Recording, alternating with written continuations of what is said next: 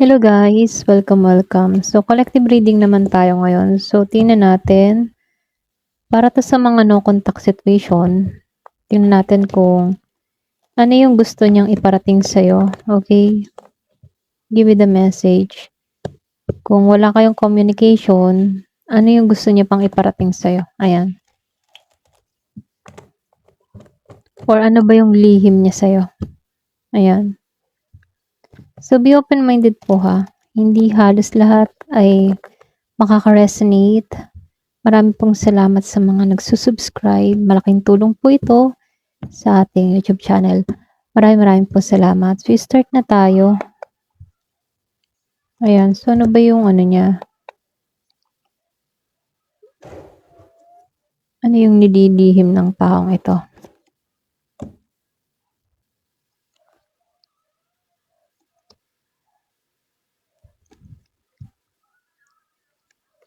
Meron akong nakikitang Pisces. So, meron ding Cancer, Scorpio. Ayan. So, dito, lumalabas, meron ding fire sign, Aries, Leo, Sagittarius. Pero malakas yung water sign, Scorpio, Cancer, and Pisces. Mga ilan-ilan lang dito ang fire sign. More water sign siya. Then, yung iba sa inyo, mga ilan-ilan din dito ang earth sign, Taurus, Virgo, and Capricorn. Meron ding Gemini, Libra, and Aquarius. Ayan. Malakas talagang water sign, Scorpio, Cancer, and Pisces. Pero ganun pa man halos lahat naman narito, mas malakas nga lang ang water sign. Pwedeng meron kang ka-dealing na water sign or pwede rin ikaw ay isang water sign, okay? So, start na tayo. So, lumabas si King of Cups and the Hermit reverse. Sa totoo lang, itong person mo, very very controlled to dito, Siya yung klase ng tao na hindi siya madaling magpakita ng emosyon, okay? So, malakas yung Pisces energy. Para ba siyang tahimik siya, pero iniisip ka pa rin naman ng tao nito emotionally, kaya lang hindi mo mababaka sa kanya na naalala ka ng tao na to or naiisip ka ng tao na to. Kasi siya yung klase ng tao na magaling ang maglihim, okay, ng nararamdaman dito. Hindi to madaling magpakita ng kanyang feelings. Ito lang na nararadar ko dito sa King of Cups, Then, sinabay ng The Hermit dito, reverse, in the Tower. So, ibig sabihin dito,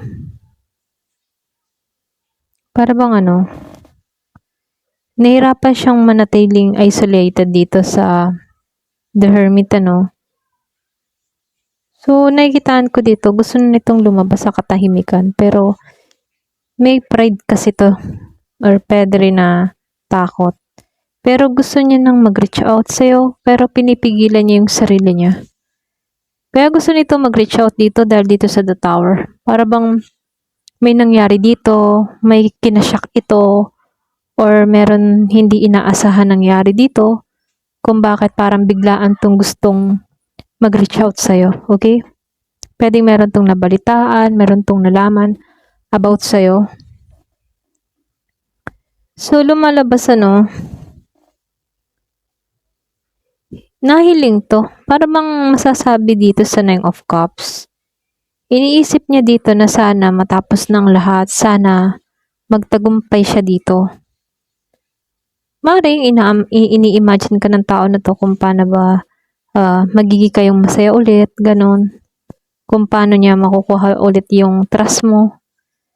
So, nag-iisip naman tong taong ito kung paano niya yung bang makukuha muli yung loob mo. Pero dito sa Six of Wands, may time pakaramdam niya dito talo siya sa sitwasyon. Kasi pwedeng hindi mo to pinapansin. Kaya nangyayari dito, hindi niya nakukuha yung validation mo. Kaya doon napasok yung insecurity dito. So, nakikitaan ko lang dito, medyo natamaan mo yung ego nito para sugatan yung pride niya or yung ego niya dito. So, dito no, para bang gusto niyang bigat, yung bang tipo na gusto na ng tao na to na bitawan yung bigat na dala-dala niya.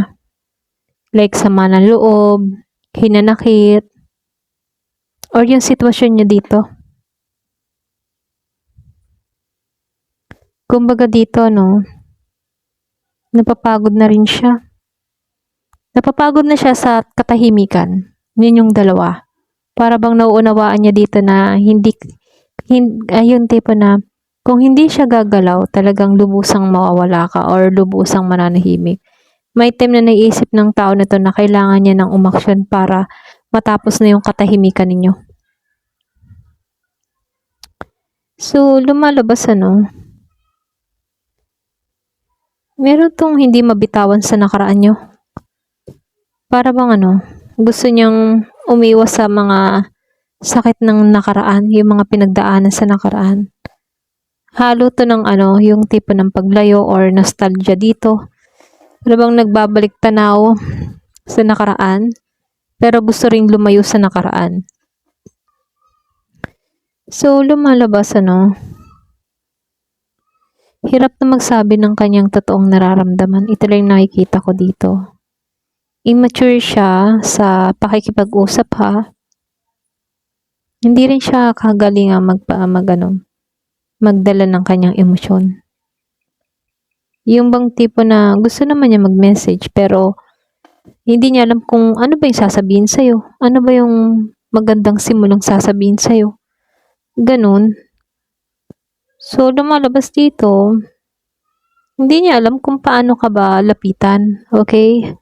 Ano ba yung magandang approach sa'yo para yung hindi siya mare-reject, hindi siya matatakot. Ganun. Pinag-iisipan niya yun kung ano bang magandang approach sa'yo. Kasi lumalabas malakas pa rin naman yung connection ninyo dito. Para bang meron pa rin kayong nararamdaman sa isa't isa. Ayan. Kahit ba walang usap kayo, naisip pa rin niya na may bond kayong dalawa. Alam mo yun? Yung energetically bond, ganyan. Naisip niya dito na konektado pa rin siya sa'yo. Ganyan. Kahit hindi na kayo nag-uusap, ganun. Para bang iniisip na lang ng tao na to na nasa LDR kayo, ganyan. So, lumalabas din dito. Kaya pala yung iba sa inyo, hindi mo to kinakausap kasi may third party na involved. Excuse me. Pwedeng may nahuli ka dito. Merong pagtatagong ginawa. Or pwede ring dahilan din ng selos, sa 3 of Cups reverse. Yung bang, meron lang nakita dito na, yung bang ayaw niyang ipakita sa iba na apektado siya, pero apektado siya. Ganon. Ganon yung energy ng tao ito.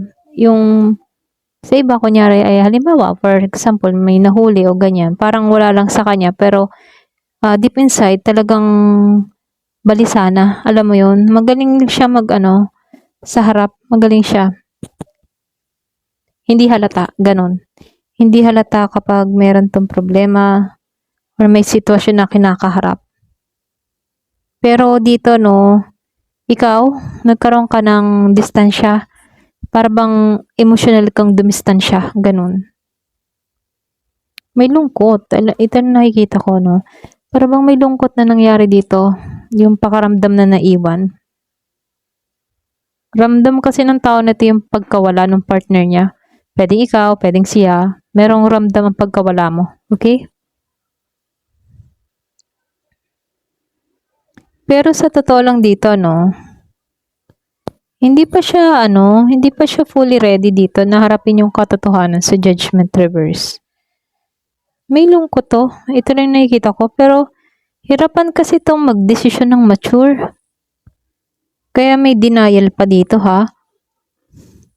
Pero dito sa The Fool, sa isip niya naman dito may posibilidad ng bagong simula kayo. Gusto niya sumugal ulit pero hindi kasi siya stable sa direction niya. Alam mo yun, parang bang gusto niya mag-take ng risk sa'yo, pero wala siyang plano para sa inyong dalawa. Parang gano'n, hindi niya alam kung ano ba yung dapat gawin, pero pinag-iisipan niya naman yung future. Pero itong tao na to, hindi niya baga i-consistent kung ano ba talaga yung gusto niya dito. Gano'n. Kaya siya yung nasasaktan dito eh. Sa 3 of Swords, merong totoong nasaktan dito ha. Kahit ba anong pagtatago niya, may heartbreak pa rin. Hindi lang to makita ng malinaw sa 3 of Wands, ano. Kumbaga sa future nyo, hindi pa makita eh. Kasi may pagka-stuck pa dito, may pagka-delay pa. Stuck pa yung energy. Kaya pagdating sa 7 of Cups, marami siyang iniisip. Kaya yun, hanggang pantasya na lamang. Sa mga umaasam ng possibility, ganyan. Pero hindi naman kumikilos, okay? Sa realidad. Maaaring iniisip ka niya sa sa iba't ibang senaryo, ganun. So, yung iba sa inyo, no, habang wala kayong communication, mukhang may lihim tong binubuo sa isip niya tungkol sa possibility na reconnecting or pwedeng bagong simula. Pero, halo-halo kasi to eh. May pride kasi tong tao mo, tapos takot pa siya. Hindi pa siya, emotionally stable para gumawa ng malinaw na aksyon. Hindi siya matured sa ganun, yung dire-diretso ba, ganyan. Immature pa siya eh. Pero malakas naman yung nostalgia. May emotional attachment pa rin naman to sa'yo. Okay? Kaya lang nasasaktan pa rin to dito sa 3 of Swords. May unresolved, pain. So, yung advice lang sa'yo, huwag mo na lang ibase yung kapayapaan mo sa kanya kung kailan ba to kikilos, ganyan. Para magtuon ka na lang sa sarili mong growth. Kasi itong person mo, meron akong nakikitang unfinished emotion pa eh. Hindi pa stable yung direction niya eh. Kaya ang hirap deal sa ganare. Wala pa siyang direction. Kaya sinasabihan ka dito, protect your energy. Lalo na dahil maraming cards ng confusion dito. At nakikita ko rin dito yung mga emotional, okay? Kaya protect your energy.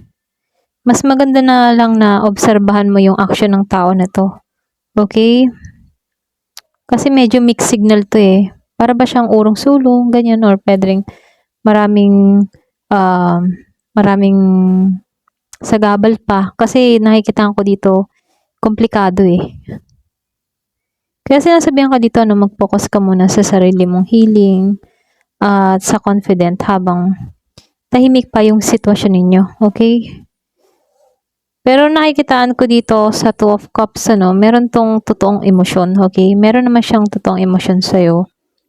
Pero sinabayan naman ng Page of Cups dito. Then 7 of Cups dun. Kaya nangyayari dito, confused at hindi malinaw yung action. Okay, very confusing pa siya dito. Ayun, hanggang dito na lamang po. Thank you for watching. Love and peace.